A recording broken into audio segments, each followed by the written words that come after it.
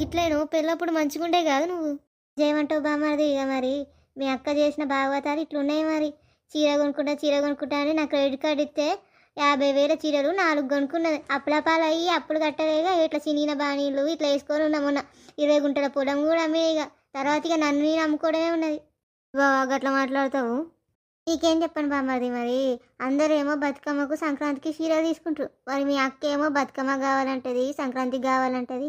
నాకు జనవరి 26కి కూడా ఒక చీర కావాలంటది. మళ్ళీ ఆగస్ట్ 15కి ఒక చీర కావాలంటది. చివరకు గాంధీ జయంతిని కూడా వదలదు. ఏం చెప్పమంటావు ఇక అప్పుడు తెప్పలుగా మారపోతే ఏమైతే తమ్మి.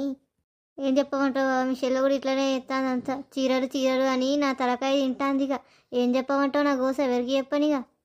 నీకేంద్ర మంచిగా స్టైల్గా హుడ్డీ వేసినావు, షూస్ వేసినావు, మంచిగా హెయిర్ స్టైల్ వేసినావు. నువ్వు బాధలు ఉన్నట్టు నమ్ముతారా? నీకు ఒకటి చెప్పానా, ఇప్పుడు మేలి పండు చూడు, మేలి వైండు పొట్ట వైపు చూడు పురుగులుండు. ఇప్పుడు నేను కూడా అంతే. ఇప్పుడు ఇది నొజ్జలు జుట్టు అనుకుంటావా? మీ చెల్ల పెట్టే టాచాకి జుట్టు అంతా ఎప్పుడో పోయింది. ఏదో విగ్గు పెట్టుకొని మేనేజ్ చేస్తానా. ఇది అంతా ప్యాచ్ వర్క్ కారా? అవును బావా ప్యాచ్ వర్కే మరి. ఒకటే భయంగా ఉంది బామ్మది. ఇప్పుడు జనవరి 1 వస్తుంది. మీ అక్క నాకు ఏం పిడి పెడుతుందో ఏమో. ఇక నన్ను నేను నమ్ముకోవడమే దిక్కు.